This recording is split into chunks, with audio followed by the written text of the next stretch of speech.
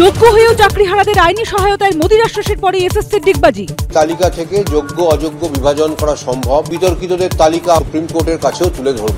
একের পর এক চাকরি চুরি, বাংলায় এসে ফের মোদির নিশানায় তৃণমূল। ভ্রষ্টাচারীদেরকে ছাড়বো না, মোদি গ্যারান্টি। চাকরি চুরি নিয়ে প্রধানমন্ত্রীর আক্রমণ, পাল্টা আক্রমণে মুখ্যমন্ত্রী। 26,000 চাকরি তো আপনি খেয়েছে, মানে আপনার দল খেয়েছে। শুধু চাকরি নয়, দলের পদও বিক্রি করেছিলেন পার্থ। জেলবন্দি প্রাক্তন শিক্ষামন্ত্রীর বিরুদ্ধে আরো বিস্ফোরক কুণাল। টাকা দিয়ে পদ, টাকা দিয়ে ক্যান্ডিডেট, এই কালচারগুলো তো পার্থ দ্বারাই এনেছে।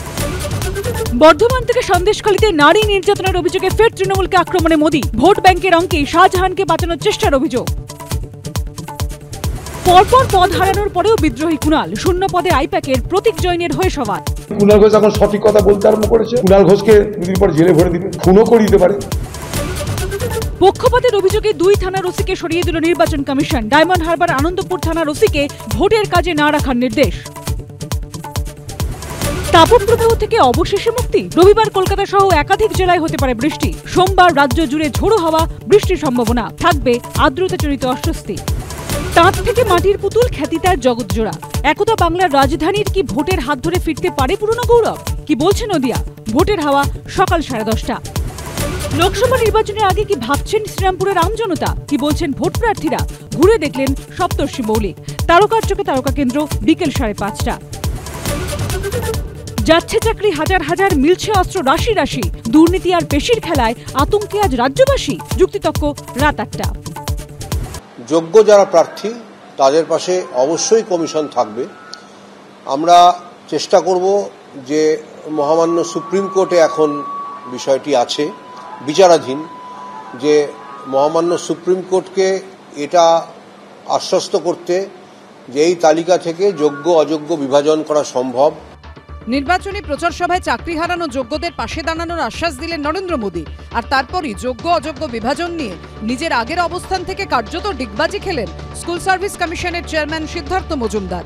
এখন তিনি বলছেন যোগ্য অযোগ্য বিভাজন করা সম্ভব, কিন্তু এই এসএসসির চেয়ারম্যানই 7 দিন আগে বলেছিলেন যোগ্য অযোগ্যদের স্পষ্ট বিভাজন করা কার্যত অসম্ভব।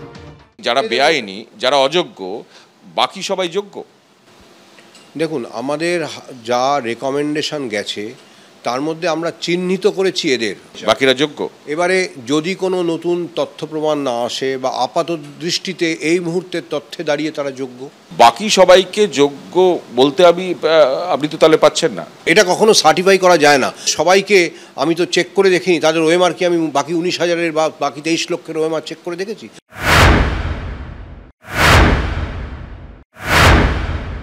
আমাদের প্রধানমন্ত্রী বলেছেন যে যোগ্য শিক্ষকদের উনি সাথে আছেন, উনি যোগ্য শিক্ষকদের সাথে আছেন, এই জন্য ওনাকে অনেক সাধুবাদ।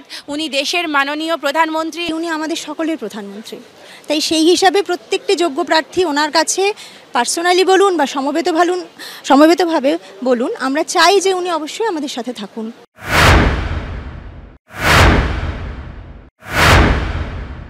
মোদি বাবু, আপনাকে লোক দেখানো ইলেকশনের আগে ঢং করতে হবে না, অনেক ঢং করেছেন আপনি। চাকরি খেয়েছেন, আপনার লোকেরা খেয়েছে।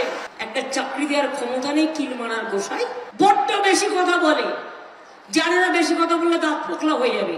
আমরা কোনো রকম রং লাগাতে চাই না, কারণ আমাদের একটাই পরিচয়, আমরা নিজের মেধায় চাকরি পেয়ে সম্মান হারিয়ে 2016 সালের প্যানেলের যোগ্য মাস্টারমশাই দিদিমণি group C group D, BJP, CPM, Trinamool যে কোনো দল উল্লেখ করে পাশে থাকা দরকার নয় তো, মানুষ হিসেবেই পাশে দাঁড়ান না। এদিকে চাকরিহারা যোগ্যদের বিক্ষোভ অবরোধের জেরে এদিন ধুন্ধুমার বাঁধে সল্টলেকের করুণাময়ীতে। সন্দীপ সরকার, সুদীপ্ত আচার্য, অনির্বাণ বিশ্বাসের রিপোর্ট, এবিপি আনন্দ।